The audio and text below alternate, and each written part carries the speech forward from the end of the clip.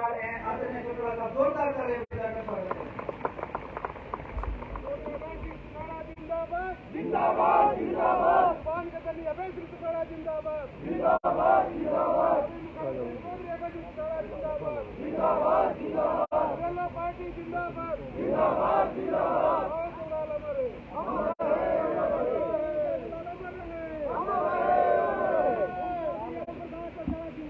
जिंदाबाद जिंदाबाद Indian national local party जिंदाबाद जिंदाबाद जिंदाबाद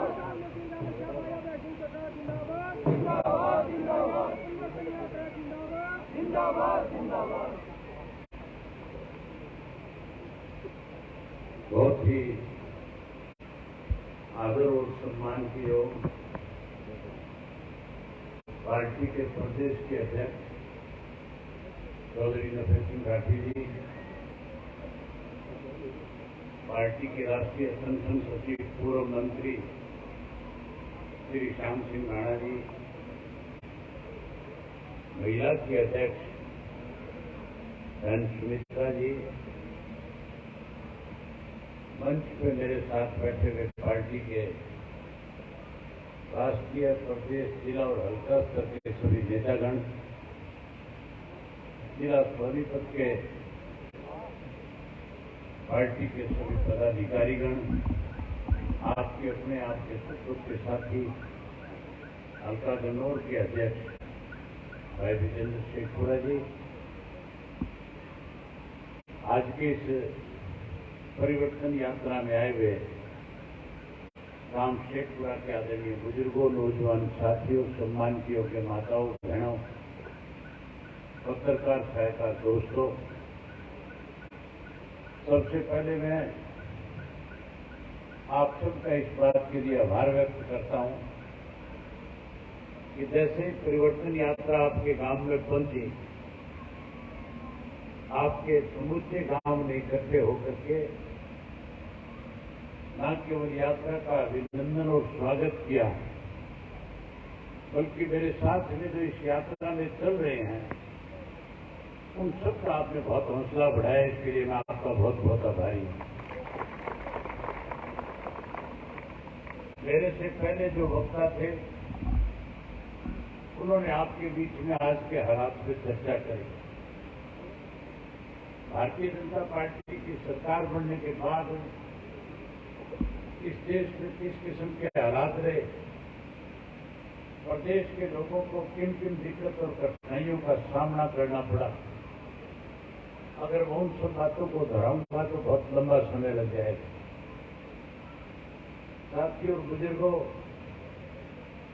आज से 4 वर्ष पहले जब लोकसभा का चुनाव हो रहा था, हमारे देश के प्रधानमंत्री ने वायदा किया था और कहा था कि अगर दोबारा देश में भारतीय जनता पार्टी की सरकार बनी तो सरकार बनने के बाद मैं किसान की फसल को 2022 में 2 गुना कर दूंगा। ये बात वीपी सिंह जिसने मोदी जी ने कही थी कि नहीं कही थी? ये बात मोदी जी ने कही थी और ये भी कहा था कि हर घर में गैस का सिलेंडर दूंगा, माता और बहनों का चूल्हे से पीछा छुड़वा दूंगा। साथियों, आज 2022 बीत गया,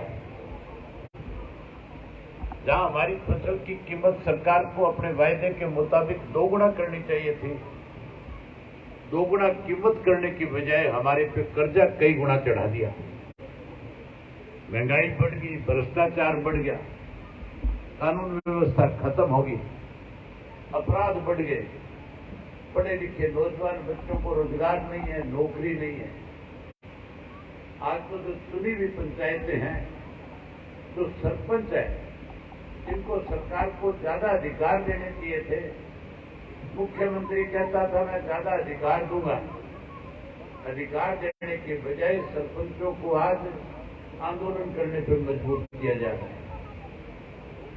आज हर वर्ग के लोग बदलाव चाहते हैं, मजदूर है, किसान है, व्यापारी है, कर्मचारी है, पढ़ा लिखा नौजवान है, हर आदमी चाहता है कि आज परिवर्तन आए, बदलाव आए।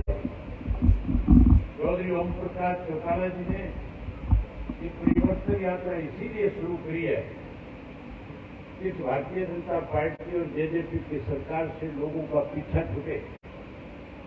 नई सिरे से प्रदेश में चौधरी देवीलाल की नीतियों की सरकार बने और लोग जो आज दुखी और परेशान हैं वो बदलाव करके नई सिरे से प्रदेश के विकास में आगे बढ़ने का काम करें। आज मैं आपके बीच में करीब 1250 गांव में जाकर के आए, 1250 किलोमीटर चल करके आए, 700 से ज्यादा गांव में जाकर के आए। हम 24 फरवरी को लू का जो गांव है सिंगार वहां से चले थे और चौधरी ओम प्रकाश चौटाला ने जब इस यात्रा को शुरू किया था तो उन्होंने कहा था कि जिस भी गांव, शहर और कस्बे में जाओ, लोगों से मिलो तो लोगों से खुल करके पूछो कि उनकी क्या क्या दिक्कत और कठिनाई है। आज मैं 650 गांव में होकर के आया हूं। मैंने गांव के लोगों में जब गया, भाषण देने की बजाय लोगों से मैंने खुद करके एक बात पूछी कि 3.5 वर्ष हो गए बीजेपी और जेजेपी की सरकार को बने। बीजेपी वालों ने नारा दिया था और कहा था कि अब की बार 75 पार करेंगे और ये जेजेपी वाले कहते थे कभी बीजेपी को यमुना पार करेंगे।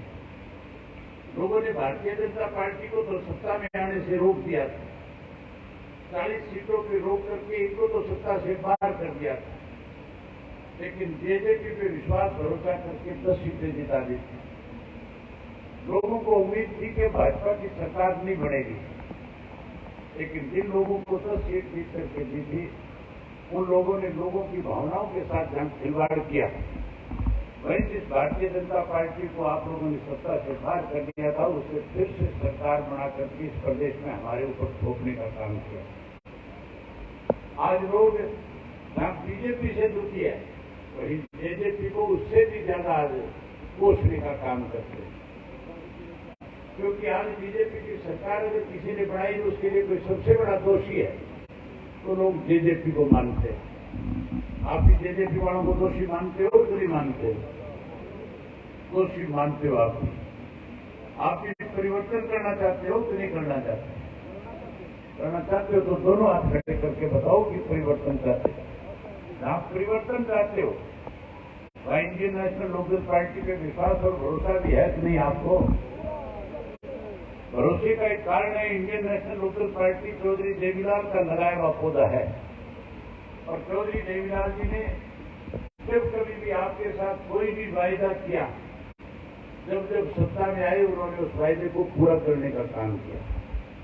आपको याद होगा सन 1986-87 के अंदर जब न्याय आंदोलन चल रहा था, चौधरी देवीलाल गांव गांव में जाते थे, लोगों से मिलकर के खुल करके कहते थे कि अगर आपने मेरी सरकार बनाई तो बड़े बुजुर्गों से कहते थे बुजुर्गों मर बचाना 100 रुपये पेंशन करूंगा।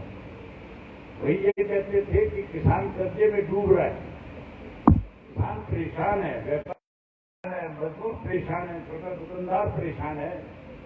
अगर आपने मुझे उनकी बार सेवा का मौका दिया तो 10-10 हजार के सबके कर्जे भी माफ करूंगा।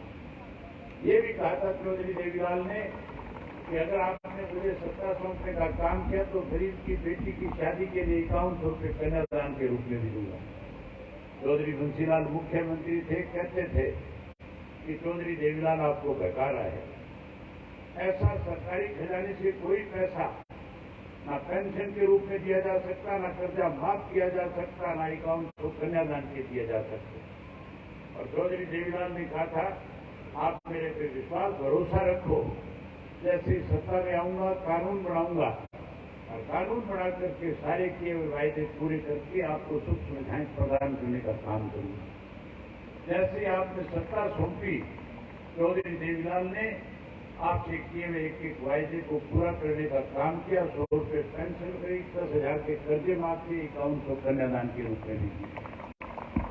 आज ऐसे हालात हैं कि सत्ता में आने से पहले लोग जो वायदे करते थे उनसे मुकर गए। जेजेपी वाले कहते थे कि हम 5100 रुपये बुढ़ापा पेंशन करा के देने का काम करेंगे, 75% बच्चों को रोजगार और नौकरी दिलवाएंगे। वायदा करते थे और कहते थे कि यहाँ नौकरी और रोजगार दिलाएंगे, जो बेरोजगार रह जाएगा उसको 11,000 रुपये बेरोजगारी भत्ता देंगे। आप साथियों, पेंशन बढ़ाने की बजाय कैसे सत्ता का सुख हो करके कैसे इस प्रदेश को लूटा जाए उस काम में लगे हुए हैं। आज इस प्रदेश को जब दोनों हाथों से लूटा जा रहा है, तो बुजुर्गों की पेंशन इस प्रदेश में काटी जा रही है। आज परिवार पहचान पत्र की आड़ के अंदर हरियाणा प्रदेश में 5 लाख से ज्यादा बुजुर्गों की पेंशन काट ली।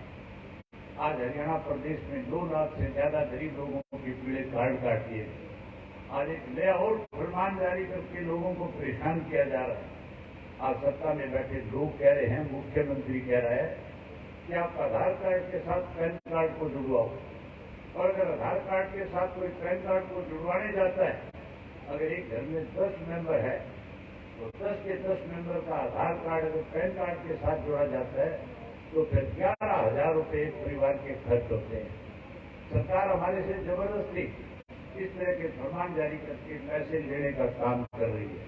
चौधरी ओम प्रकाश चौटाला जी ने परिवर्तन यात्रा जब शुरू करी थी तो वायदा किया था और कहा था कि मेरी तरफ से जाकर के प्रदेश के लोगों से कहना कि ये जो सरकार आज आपको लूट रही है, अगर आपने सत्ता का परिवर्तन किया, चौधरी देवीलाल की नीतियों की सरकार बनाई, तो सरकार बनने के बाद मैं सबसे पहले इस सरकार ने जितने भी नए कोई कार्ड आपके ऊपर थोपने का काम किया है, उन सब कार्डों को खत्म करने का काम करूंगा। आज तो ये सरकार सारा दिन नए नए कार्ड बनाने में लगी हुई है। किसी की प्रॉपर्टी आईडी बना रही है, किसी का परिवार पहचान पत्र बना रही है, किसी को आधार कार्ड बनाने की बात करती है, किसी को पैन कार्ड बनाने की बात करती है। ये कार्ड इसलिए बनाए जा रहे हैं कि लोगों के काम में अड़चने आए, दिक्कत आए, लोग परेशान हो, गांव का आदमी दुखी हो, गांव का आदमी आगे ना बढ़ सके। हाँ, ये सब करके आपको परेशान किया जा रहा है। वहाँ विकास के काम के नाम पे एक ईंट नहीं लगाई जा रही। आज मैं जिन गांव से होकर के आया था, वहाँ खुद करके पूछ करके आया था कि आपके गांव में किस किस्म की दिक्कत और कठिनाई है। आपको हैरानी होगी, मुझे 500 से ज्यादा ऐसे गांव के लोग मिले जो कह रहे थे कि हमारे यहाँ पीने के पानी की बहुत बड़ी समस्या है। एक पूरा बड़ा गांव है, हमारे पीने के पानी की दिक्कत है कि नहीं है? यहाँ कोई सरकारी वाटर वर्क्स है कि नहीं है? वाटर वर्क्स चौटाला साहब ने लगा दिया था, लेकिन ये सरकार उसमें पानी डाल करके आपके घर घर तक पानी पहुंचाने में भी असमर्थ है। आज लोग पीने के पानी के लिए दुखी है। मेरे ख्याल में जो स्कूल के प्रांगण में खड़ा हूँ, इस स्कूल में पढ़ाने वाले मास्टरों की भी कमी होगी। मास्टर पूरे है, मास्टरों की भी कमी है। अगर कोई हॉस्पिटल होगा तो उसमें डॉक्टर नहीं होगा, डॉक्टर होगा तो फिर उसमें दवाई नहीं होगी। सड़कें सारी टूटी हुई है, बच्चों के खेल के मैदान खत्म कर दिए गए हैं। आज हर तरह से हमारे साथ भेदभाव किया जा रहा है। इसीलिए लोग दुखी होकर के आज परिवर्तन करना चाहते हैं। आप जैसे ही परिवर्तन करोगे, जो पेंशन बुजुर्गों की सरकार ने काटने का काम किया है, हम उस पेंशन को ब्याज के समेत बुजुर्गों को फिर से वापस देने का काम करेंगे। जब पेंशन देंगे आपको, वहीं उसके साथ साथ जो 100 रुपये की पेंशन चौधरी देवीलाल ने शुरू करी थी, नई सिरे से जैसे चौधरी देवीलाल ने कानून बना करके आपको सारी सुविधाएं प्रदान करी थी, उसी तरह हरियाणा प्रदेश में कानून बना करके बड़े बुजुर्गों की मान सम्मान की पेंशन 100 रुपये वाली 7500 रुपया करके आपको देने का काम करेंगे। जहाँ 7500 रुपया आपको पेंशन देंगे, अगर एक घर के अंदर 2 बुजुर्ग होंगे तो फिर मान के चलो 15,000 रुपया उसके घर में पेंशन के रूप में सरकार के खाते से आएगा। वही उसके साथ साथ आज पढ़े लिखे नौजवान जो बेरोजगार हैं, दुखी है, मैं उनको विश्वास और भरोसा दिलाना चाहता हूँ कि हमने पहले भी बहुत सारे नौजवान पढ़े लिखे बच्चों को रोजगार और नौकरी लगाने का काम किया है। आपके शेखपुरा गांव के भी 2000 से 2005 में नौकरी लगे थे कि नहीं लगे थे? बहुत सारे बच्चों को रोजगार मिला था, नौकरी मिली। जो बेरोजगार थे उनको 11,000 रुपया बेरोजगारी भत्ता सरकार की तरफ से दिया जाता था।